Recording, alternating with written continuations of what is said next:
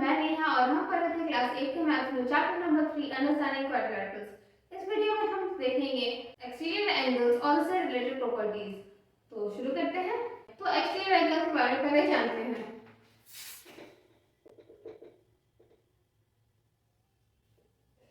Exterior angle क्या होता है? लेट्स से मैंने एक पॉलीगॉन बनाया, ठीक है। आपको क्लियरली दिख रहा है कि एक ट्रायंगल है। तो ऐसे मैंने इससे नाम दिया ए बी सी, ठीक है। इसमें ए सी एक्सटेंड हो रहा है पी तक, सी डी एक्सटेंड हो रहा है क्यू तक और बी ए एक्सटेंड हो रहा है आर तक, ठीक है। तो यहाँ पर एक एंगल बन रहा है ये, जिसे हम angle A of the triangle कह सकते हैं, angle B of the triangle, angle C of the triangle, ठीक है। Angle A, angle B, angle C. लेकिन यहाँ पर ऐसे बोलना काफी नहीं होगा, क्योंकि ए में यहाँ पर दो एंगल है, एक इधर भी बन रहा है, एक इधर भी बन रहा है और दोनों ही ए से रिलेटेड है। सो ऑफ कोर्स इस यहाँ पर आपको बोलना पड़ेगा बी ए सी, ठीक है। और इस एंगल को हम डिनोट करने के लिए लेंगे एंगल आर ए सी, ठीक है। So this is angle B A C and this is angle R A C, ठीक है।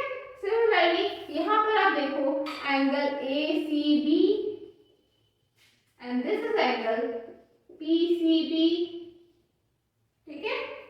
इधर angle A B C and this is angle A B Q, ठीक है। अब इस पॉलीगॉन में आप देखो तो angle B A C, angle A B C and angle A C B, ये तीनों ही इंटीरियर एंगल्स हैं। क्यों कहते हैं मैंने इंटीरियर एंगल्स? क्योंकि ये देखो इनक्लोज एरिया के अंदर आया है। और एक्सटीरियर एंगल्स हम किसे कहेंगे? कौन से हैं एक्सटीरियर एंगल्स? जो इस एरिया से बाहर आ रहे हैं। तो बाहर कौन? इससे जस्ट सटे हुए ये वाला एंगल, ये वाला एंगल, ये वाला एंगल। तो कौन कौन से हैं? Angle R A C, angle A B Q and angle P C B, ठीक है। ये तीनों ही एक्सटीरियर एंगल्स हुए और ये तीनों ही इंटीरियर एंगल्स हुए। अब यहाँ पर हम बात करेंगे एक्सटीरियर एंगल्स के बारे में।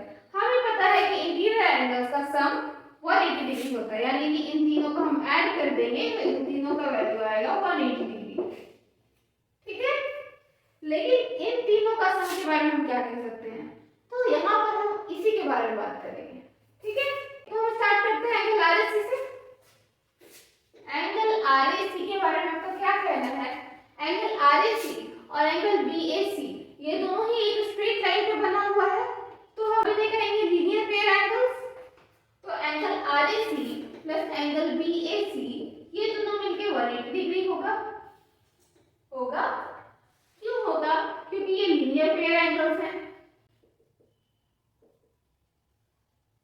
ठीक है।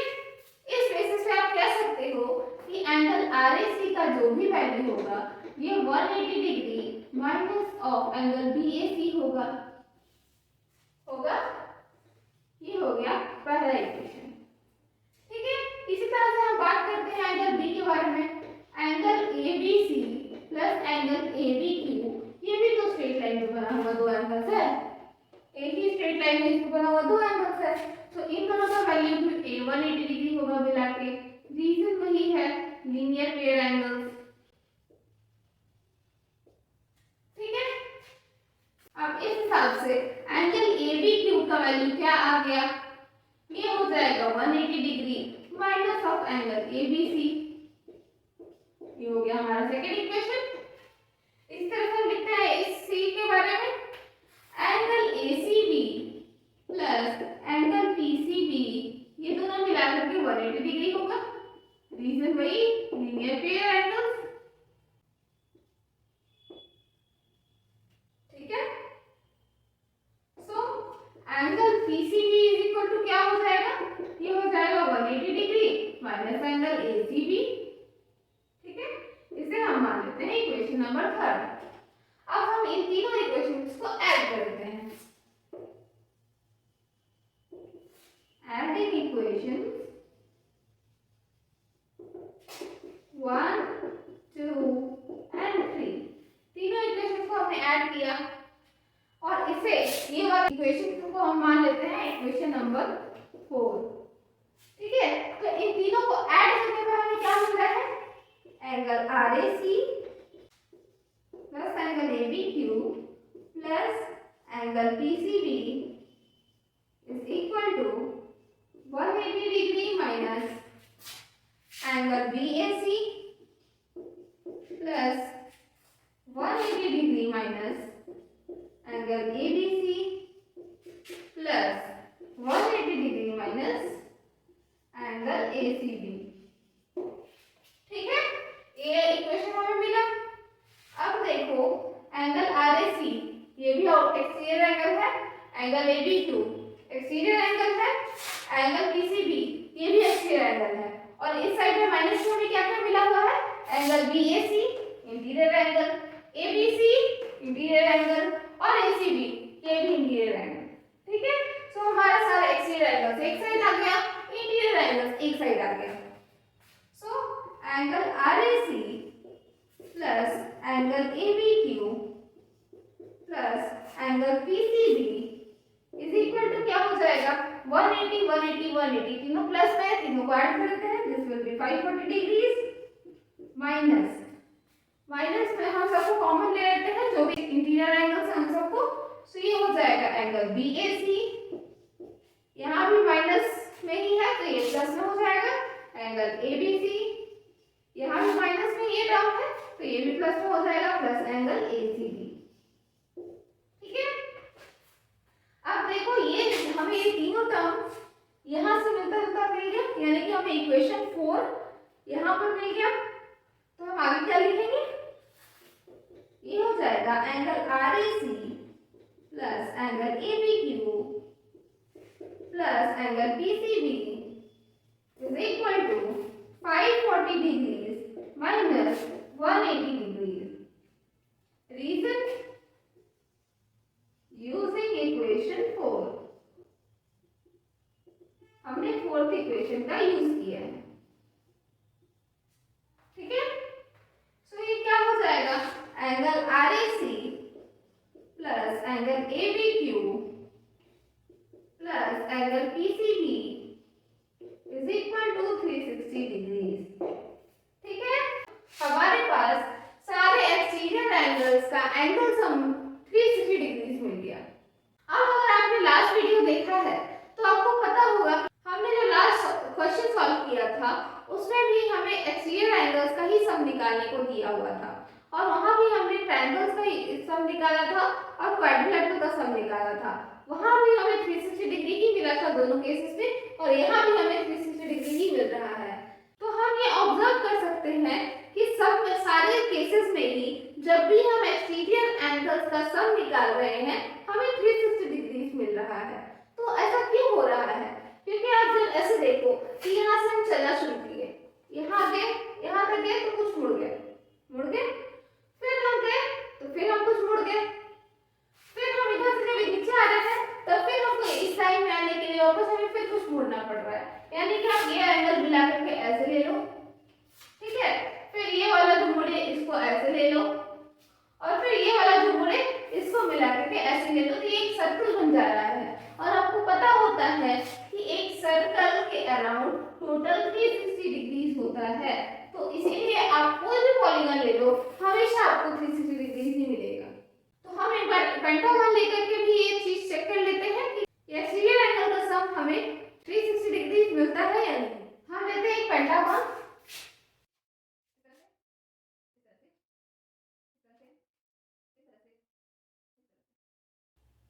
ठीक है, हम नाम देते हैं इसे A B C D E। Extend किया हुआ A B को लिख देते हैं P, B C को कहते हैं Q, C D को लेते हैं R, D E को लेते हैं S, E A को लेते हैं T। ठीक है, so A B C D E is a pentagon and AB is axis related to P, BC is axis related to Q, CD is axis related to R, DE extended to S, EA extended to T। ठीक है, अब इसमें angle कौन सा होगा? इसे हम कहते हैं एंगल A, इसे हम कहते हैं एंगल 1। ठीक है, ऐसे तो हमें तरीके से नाम लिखना चाहिए, बट हम यहाँ पर इजी रेफरेंस के लिए हम इस तरह से लिख देते हैं। सो दिस इज एंगल B, ये हो गया एंगल 2, इसे हम लेते हैं एंगल C, इसे लेते हैं एंगल 3, इसे हम लेते हैं एंगल D, इसे लेते हैं एंगल 4, इसे लेते हैं एंगल E, इसे लेते हैं एंगल 5। जब आप ऐसे लिखते हो अलग नाम से किसी भी एंगल को, तो आपको ये चीज लिखना होगा अपने क्वेश्चन में कि आप इस एंगल को ये माने हो। जैसे कि हम यहाँ लिखते हैं, late ABCDE be a pentagon with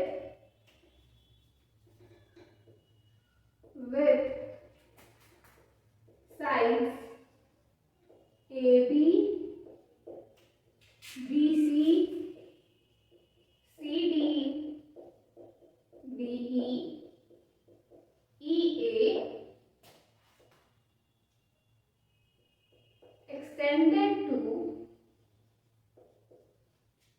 P, Q, R, S, T respectively। हमने क्या माना कि ABCDE एक पेंटागन है, वही जो हमने पहले कहा था वही हमने इसे वर्ड में लिख दिया है। ठीक है, let angle EAB, angle TAB, angle ABC, angle PBC, angle BCD, angle QCD, angle CDE, angle RDE, angle DEA and angle SEAB। EAB का क्या नाम है? EAB का एंगल A, TAB का angle 1, angle B, angle 2, angle C, angle 3, angle D, angle 4, angle E, angle 5 respectively. ठीक है, हमने वही चीज जो हमने यहाँ पर लिख किया है वही चीज हमने यहाँ पर वर्ड पे लिख दिया है। ठीक है, अब इसमें आपको याद होगा लास्ट वीडियो से कि इस पेंटागन में हम 3 ट्रायंगल बना सकते हैं, एक ये, एक 2 3। जिस तरह से हम 3 ट्रायंगल बना सकते हैं, तो इसका एंगल हम टोटल मिला के 540 डिग्री होता है। तो हम लिखते हैं इन पेंटागन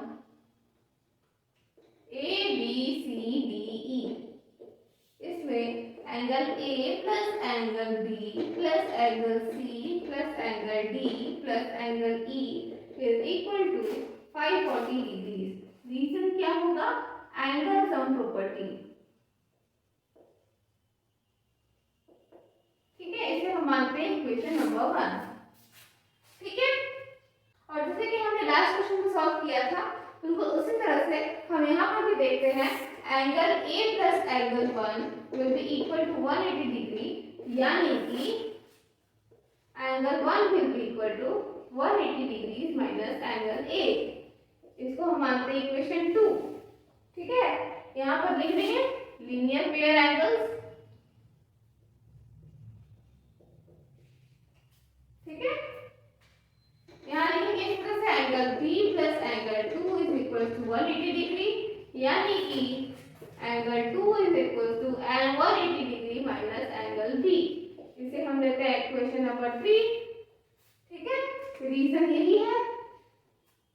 आगे लिखते हैं angle C plus angle 3 is equal to 180 degree, यानी कि angle 3 is equal to 180 degree minus angle C। ये फोर्थ इक्वेशन, रीजन यही है। आगे angle D plus angle 4 is equal to 180 degree, यानी कि angle 4 is equal to 180 degree minus angle D। ये हो गया equation 5, reason same. Angle E plus angle 5 is equal to 180 degree, यानी कि angle 5 is equal to 180 degree minus angle E। ये हो गया सिक्स्थ इक्वेशन, रीजन सेम। अब हम ऐड करते हैं 2, 3, 4, 5, 6 को। 1 को हम ऐड नहीं कर रहे, ठीक है। ये 5 को हम ऐड करते हैं, तो हमें मिल जाएगा angle 1 plus angle 2 plus angle 3 plus angle 4 plus angle 5 is equal to 180 degree minus angle A plus 180 degree minus angle B plus 180 degree minus angle C plus 180 degree minus angle D plus 180 degree minus angle E। ठीक है, हमने क्या किया, सबको add किया तो हमें ये मिल गया। देखा जाए तो सारा एक्सटीरियर एंगल्स एक साइड हो गया, इंटीरियर एंगल्स एक साइड हो गया। अब हम आगे से सॉल्व करते हैं, तो ये हो गया angle 1 plus angle 2 plus angle 3 plus angle 4 plus angle 5 is equal to 180 180 360 360 180 540 720 900, यानी कि टोटल हमें 180 डिग्री का सम मिला करके हो गया 900 माइनस बाकी सारे एंगल्स को एक साथ ग्रुप कर लेते हैं। माइनस हो गया कॉमन, हमें मिला angle A plus angle B plus angle C plus angle D plus angle E, यही तो मिला। अब इसे हम सॉल्व करते हैं, तो angle 1 plus angle 2 plus angle 3 plus angle 4 plus angle 5, यानी कि सारे एक्सटीरियर एंगल्स का sum is equal to 900 degree minus 540 degree. कैसे? Using equation 1। ठीक है, इक्वेशन 1 इस एंगल सम प्रॉपर्टी का हमने यूज करके ये लिख दिया, ABCDE मिला करके होता है 540 डिग्री, यानी कि हमारे पास आ गया angle 1 plus angle 2 plus angle 3 plus angle 4 plus angle 5 is equal to 360 degree. यहाँ भी हमें आंसर में 360 डिग्री ही मिला है। इसका मतलब क्या? इसका मतलब ये कि आप कोई भी पॉलीगन ले लो, जब भी आप एक्सटीरियर एंगल्स का सम निकालोगे आपको 360 डिग्री ही मिलेगा। ठीक है, अब हम बात करते हैं एक रेगुलर पॉलीगन के इंटीरियर एंगल्स का। तो हम लेते हैं एक regular hexagon.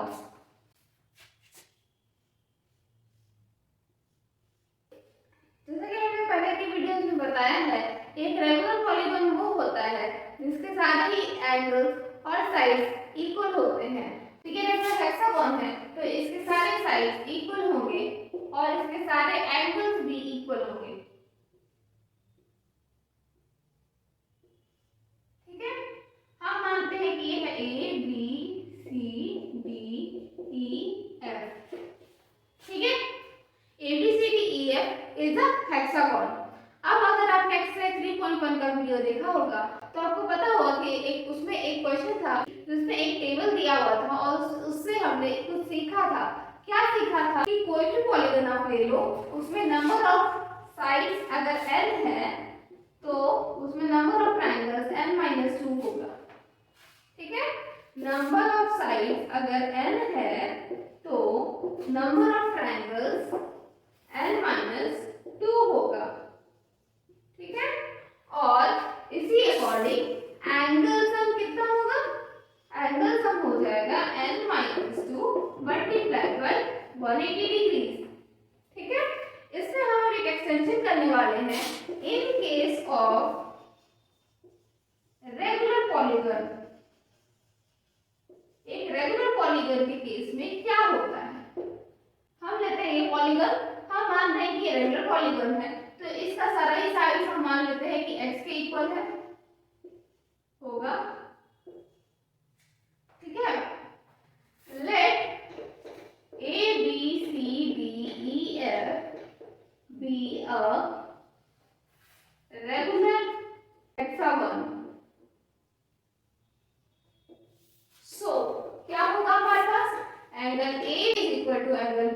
equal to angle C is equal to angle D is equal to angle E is equal to angle F is equal to हम मान रहे हैं x, ठीक है, हम मान रहे हैं x।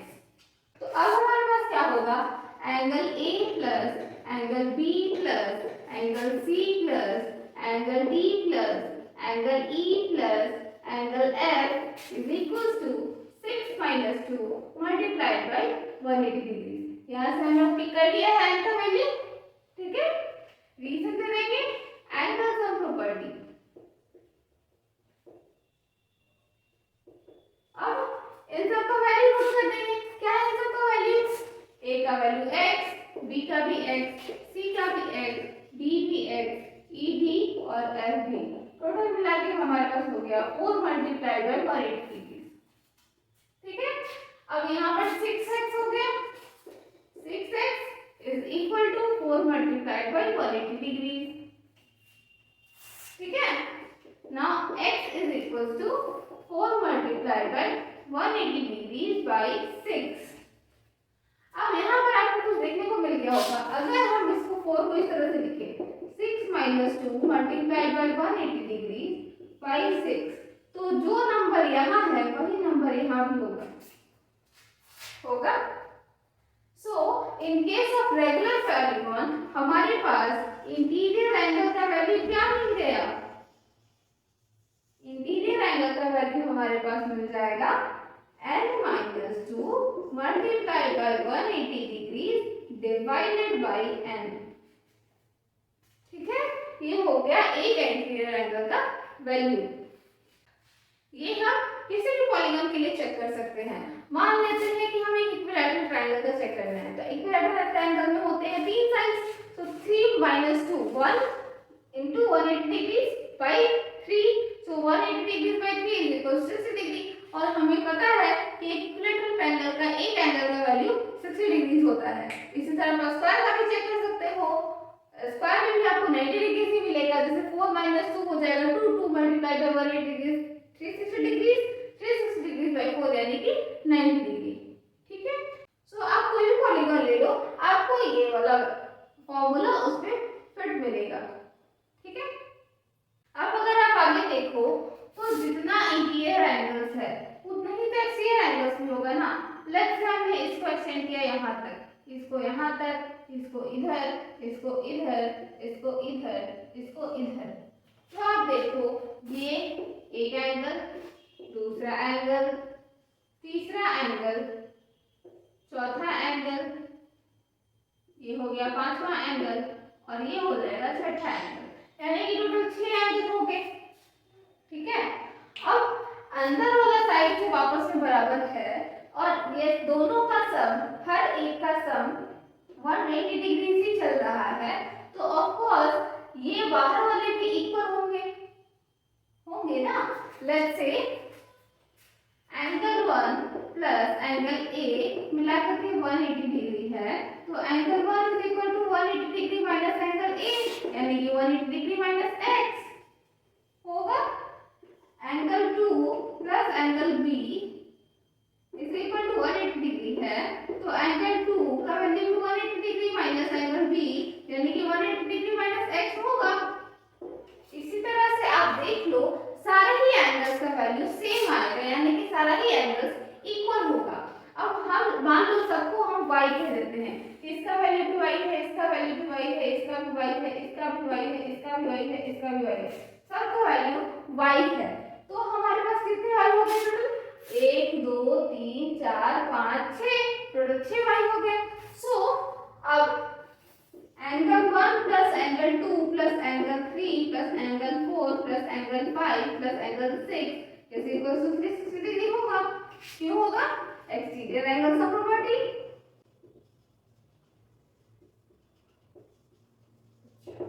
अब हर एक का वैल्यू y है, तो 1 2 3 4 5 6 यानी कि टोटल हो गया 6y is equal to 360 degree. अब मान लो ये पेंटागन होता तो 5 एंगल ही रहता, तो यहाँ पे 5y ही आता, लेकिन एंगल सब तो यही आता 360 डिग्री। नाउ y का वैल्यू क्या आता, 360 डिग्री बाय 6 यानी कि 360 डिग्री बाय n। तो इससे हमें क्या मिल गया, हमें मिल गया एक्सटीरियर एंगल का वैल्यू कितना होगा, ये होगा 360 डिग्रीज बाई m। ठीक है, तो आज के लिए बस इतना ही। नेक्स्ट वीडियो में हम देखेंगे एक्सरसाइज 3.2।